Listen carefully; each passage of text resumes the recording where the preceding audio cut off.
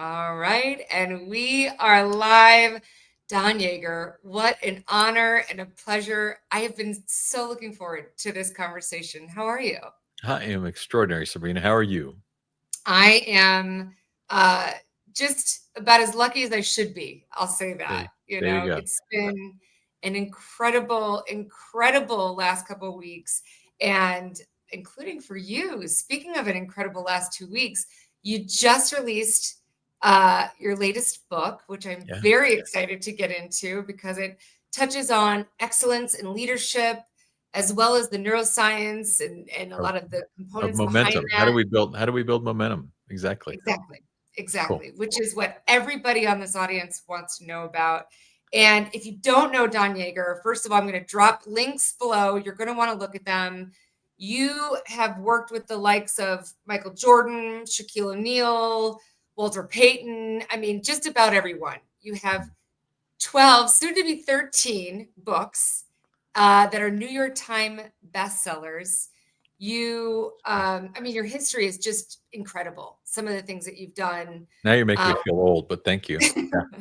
or maybe you just work fast, That's maybe it. you just work fast. Yeah, it's pretty spectacular what you've been noted on and what you've led. So I'm very excited to dive in today a little bit more about that. But before we do, for those who don't know you, tell us a little bit more about yourself. What do we need to know? Just a long-time journalist. I was a writer at Sports Illustrated for a long time.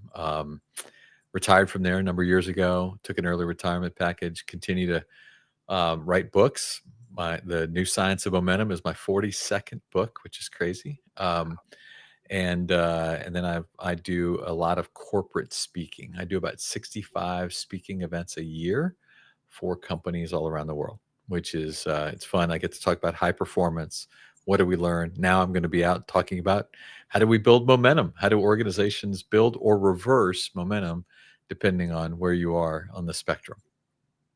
And part of that is, I'm guessing, a big sort of lessons learned over the years. One of the incredible speeches that you do across the board is what makes the greats great. Yeah. And so, was that part of the inspiration behind the book? Tell us a little bit about it. So the inspiration for this book actually began 8 years ago. It was when the Super Bowl was being played and the Atlanta Falcons were ahead of the New England Patriots 28-3 in the third quarter. And most everybody else turns the TV off because the game is over. ESPN says there's a 99% chance Atlanta's going to win. But I stayed watching, and over the course of the next quarter and a half, little by little, the Patriots start chipping back. And pretty soon you could feel that momentum had shifted sidelines. Yeah. And so I came in the next morning to my office, opened up the whiteboard, brought in creative team that I have around me, and wrote, how do we turn a moment into momentum? Mm. And that became Mm. the journey. I wanted to understand, how do the best take advantage of moments? How do they take a spark and turn it into a full-blown fire? And over the course of 8 years, hundreds of interviews, thousands of research questionnaires offered to many great leaders, and built a book that actually includes a model for how leaders can do exactly that, how they can build momentum within their teams or their organizations. We studied sports, business, politics, and the military. In those four worlds, how do you create momentum, and how do you take advantage of an opportunity that's presented to you? Wow. Wow. Yeah, So, it's without pretty giving too crazy. many spoilers, I mean, I'm a research buff. My background is in behavior profiling and analysis. Uh, I love everything around kind of the neuroscience behind why people do what they do, what Right. makes the great so great, and how do you share that? How do you accelerate that across more teams and broader organizations? And I'm just so fascinated by you taking a scientific approach to this. Hmm. Of course, given your extensive journalistic background, that was in there as well. We didn't even touch on all the things you've done with like National Geographics. There's just not enough time, Don. Hmm. But I'm curious to know, because obviously you can't consolidate the whole book into a snippet or a sound bite.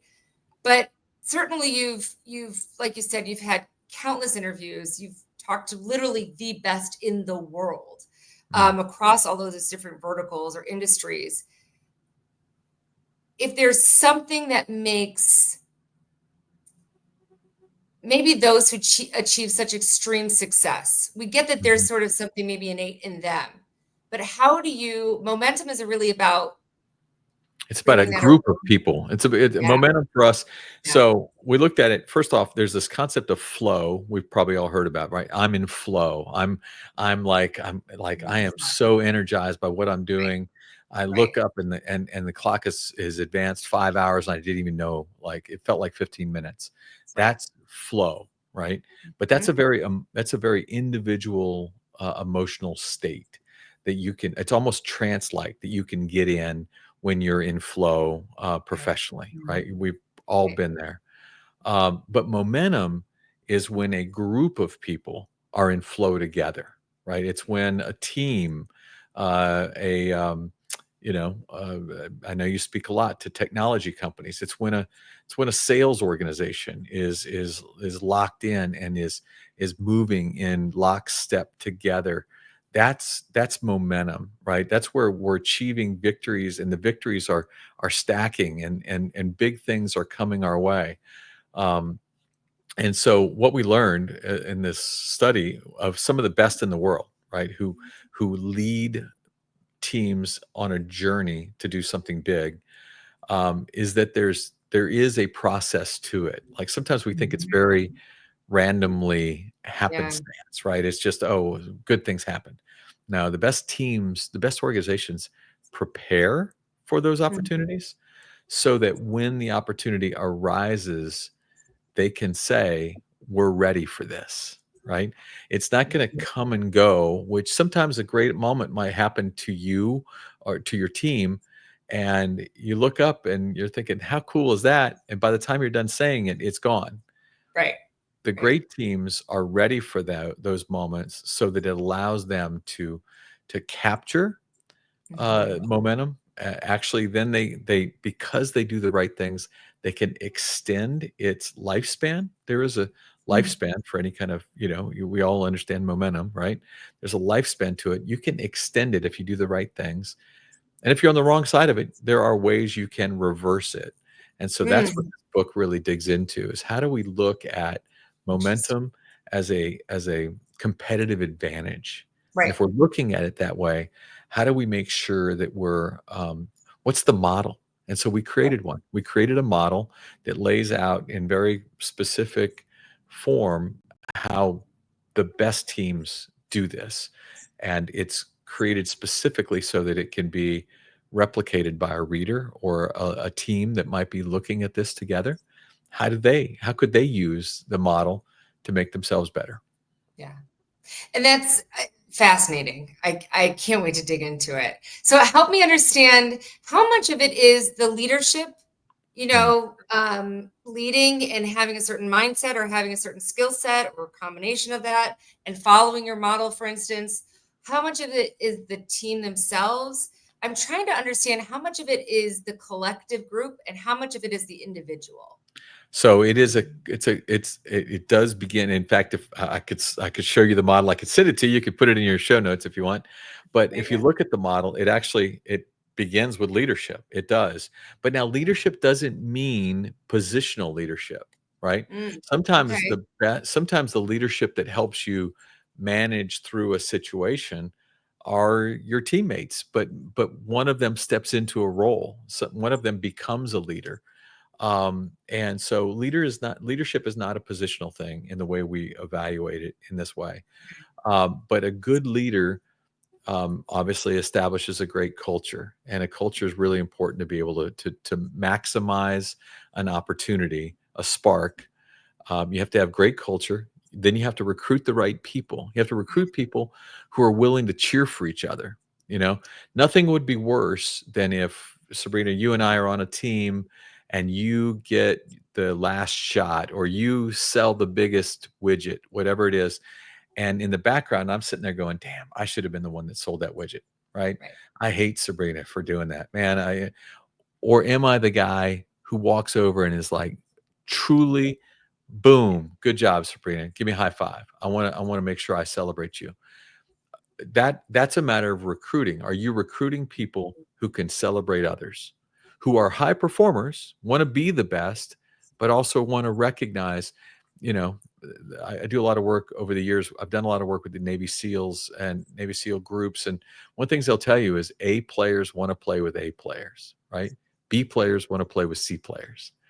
A players want to be in the presence of other superstars, but then they got to be able to celebrate the other superstars. That's an important piece. And then the third piece in the prep of momentum is truly is preparation. Like how do you think about, well, we're down right now. We're in the last 2 weeks of the sales quarter, and we really need a lot. We got to make up a lot. Um, Right. how do we prepare for something good to happen? And you want to be able to be ready to amplify it. You want to be ready to celebrate it, to talk about it in a way that allows people to believe that when it happens, it's because you were ready for it, right? You prepared for it. There's nothing better in an organization than for people to look and say, yeah, of course we were able to do great things there. We were ready, right? We were built for this. Yeah. And but being built for this is not happenstance, it's intentional. So That makes so much I've rambled a sense. lot. Sorry about that. No, this is so I get good. fired up on this topic. So Well, and that's why I'm like, you did the science behind it. You did the research, not to mention, I won't say how many decades, but a lot of interviews and a lot of conversations and a lot of dear friendships at some extremely senior levels. So you've seen this for a minute or two, even in your own conversations and relationships. That's why I'm so fascinated. You are a foremost expert on this. And when you go into organizations and not just teach them and help build these sort of systems or, a process or a framework around it. The other part is, okay, we didn't get the right team. We've got a couple bad apples in there. Can you shift momentum with those bad apples, or do you have to get rid of them first? What comes you first? can work with bad apples, but it's important to know who they are. It's important to be able to kind of to marginalize them in moments, because like one of the stories we tell is this great basketball story from a while back where Scottie Pippen was Michael Jordan had retired for a little brief window. Scottie Pippen was the star of the Chicago Bulls, and they're in a playoff series. The team needs one basket. There's only a few seconds left. Timeout's called, and Phil Jackson, the coach, designs a play for someone other than Scottie Pippen, right? Right. And Pippen refuses to get off the bench to go into the game. He says, "You know what? If you're not calling the play for me and I'm the best player, then I don't even want to be on the court," which ruined his reputation within his own team and his players, and even within the league. There were a lot of people who struggled to ever think the same of Scottie Pippen, because he was more concerned with, I need to take the shot than we need to win the game, right? Yeah. That became more important to, and so they won. They went on to win, when Michael Jordan came back with Scottie Pippen on the team. So that didn't ruin their opportunity for success. But Scottie Pippen was never quite seen the same by any of his teammates, because they understood how he was wired. So you don't have to get rid of them, but you have to figure out how to move beyond some of their actions and activities. Yeah. Because I could see that being a factor in business, Right. I could Like you see got to go why. get rid of somebody. Yeah. Yeah. And the answer is no. But you Okay. but you have to know who they are, and you have to know how to deal with that. Got it. Is that in your framework too? Yes. Okay. Yep. All right. Good. So, Yep. all right. Like I said, I will have the link below. Make sure you check it out. So, my next question is a topic I am currently obsessed with, and it ties in perfectly with momentum because a lot of times, not always, but you've talked about a few examples already. The catalyst to momentum, or the driver behind needing momentum, is a scary moment, is a Mhm. fear. is a scary moment, to put it simply. We might lose the game, we might lose the deal, we might lose whatever it might be. Or, I'm going to embarrass myself. This is scary. This is bad. Any kind of negativity or fear, really. So, is there anything in your research behind how these successful teams that are able to reach this heightened level of sustained momentum, a way that they approach, look at, or even prepare for fear? That's such a great question. It's funny. I know the importance of fear in your discussion points, right? I mean, it's who you are. It's what you teach. Right. But what I will tell you is, I think where fear plays its role is often in the question about, can we reverse momentum, right? Mm, Um, because momentum at its core is a state of mind, right? mhm. It is a belief system that I am convinced we're ready for this moment, like we're good. But what if I'm not convinced that we're ready for the moment? What if fear is really more important than confidence? Right. What if fear has a greater role than confidence? So one of the things that really stands out is that the great leaders in trying to reverse momentum, they understand that fear is real, that fear of, like, because teams that are on the wrong side of momentum, if you're in business, and you're quarter after quarter, you're just, your numbers are not where they're supposed to be.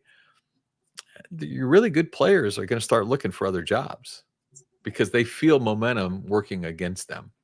So one of Mhm. the things you have to do to eliminate that fear is you have to look for small victories and amplify them. You have to start you so if your fear is stand-up comedy, my gosh, who do we know who would do that? And they would and they're going to go throw themselves up on a stage and do that. Hey, sometimes you need to just embrace the few laughs that you got, right? Right. And as you walk off, say, that wasn't as bad as I thought it was going to be, right? Right. As opposed to, when you walk off, your communication skill to yourself, or your communication to yourself, is, that was the worst thing I've ever done. Right. And so it's how do you frame? It really is about framing, Yeah. and in a lot of ways, it's about finding the small wins Right. and then stacking them. Hey, there were 3 jokes in a row that really killed it. Now the rest of them sucked, but what can I do to do 3 more, do more jokes like those 3, right? As Right. opposed to walking off deflated. You're looking and saying, "Here are my victories." Right. Great example for somebody who owned a comedy club. I Another did. little fun fact about Mr. Yaeger. Yeah, there you go. It's interesting. That's a great example, is, failing on stage, doing, Yeah. bombing at a set or something like that. Um, in my experience with Fear Forward, the win is just that you did the fear. The outcome is literally irrelevant. And that's what I've told myself, is I just do scary things. The outcome doesn't matter. Because then that you get to stack up those wins. And to your point, all of a sudden, anything else is an additional win. If you Well, got one laugh, that's a win, because the win right. was just getting on stage. Right. And again, what happens as you begin to do that is you begin to say, by the way, that wasn't, I didn't die, right? Right. You know what? I mean, like, I didn't lose a limb. I didn't, so uh, I could do this again, right? I could do something else again. And it's that belief that you've been there that Mhm. allows you to take the step into your fear, right? It helps that, and maybe they're different fears, but the ability to actually lean into previous successes makes a big difference. Yeah. Yeah. I could see why. Yeah. So one last question, because it's never enough time. And this is just, I'm looking at the time going, how did it go so fast? I But know. so, a large part is the tech world, but also manufacturing. I mean, we talked about a bunch of, different verticals and industries that you analyzed and studied and interviewed. Sometimes you're not ready. I mean, how do you find the balance between we're lying to ourselves, or we're gearing up for what's in store because we're champions in the long run? So how do you balance that out? Like the product's not ready, but it's launching on Tuesday, or the team's not ready, but customers are demanding progress. How do you balance that?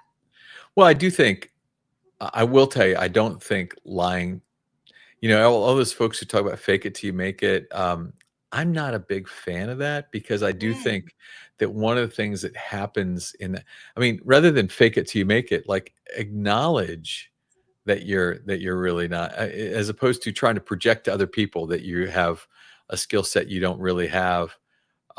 Because mhm. one of the things that happens, I mean, well, our world is based on, so much of our world is based on credibility anymore, right? And if someone finds out you've intentionally, I mean, deceived others, like, and sometimes faking it can be deceiving of others, right? You're deceiving others. Um, then I think you've got to be careful there because I think it can cost you the most important thing you have, which is your reputation. Now, do I think you should tell yourself things that might be a little, that's one thing, but it's what do you project to other people? What are you telling other people? And sometimes when I hear that phrase, fake it till you make it, I hear people describe it as almost a model for success. And I Right. struggle with that because I think that the most important, like what you might tell yourself might be a little bit inflated. But if you spend too much time inflating your competence to people who will soon discover that that was not quite, that you were inflating it, um, it actually can hurt you, right? And can hurt you in ways that are really difficult. So I do think it's important to be rooted in your uh, in a history that's largely based on truth. That you're 100% right. We're all the hero to our own story. That's just how That's the our key. human brain works, and that's a That's right. whole other story. But I think you're right. I think how we show up in public um, be- is truly a reflection of who we are in private.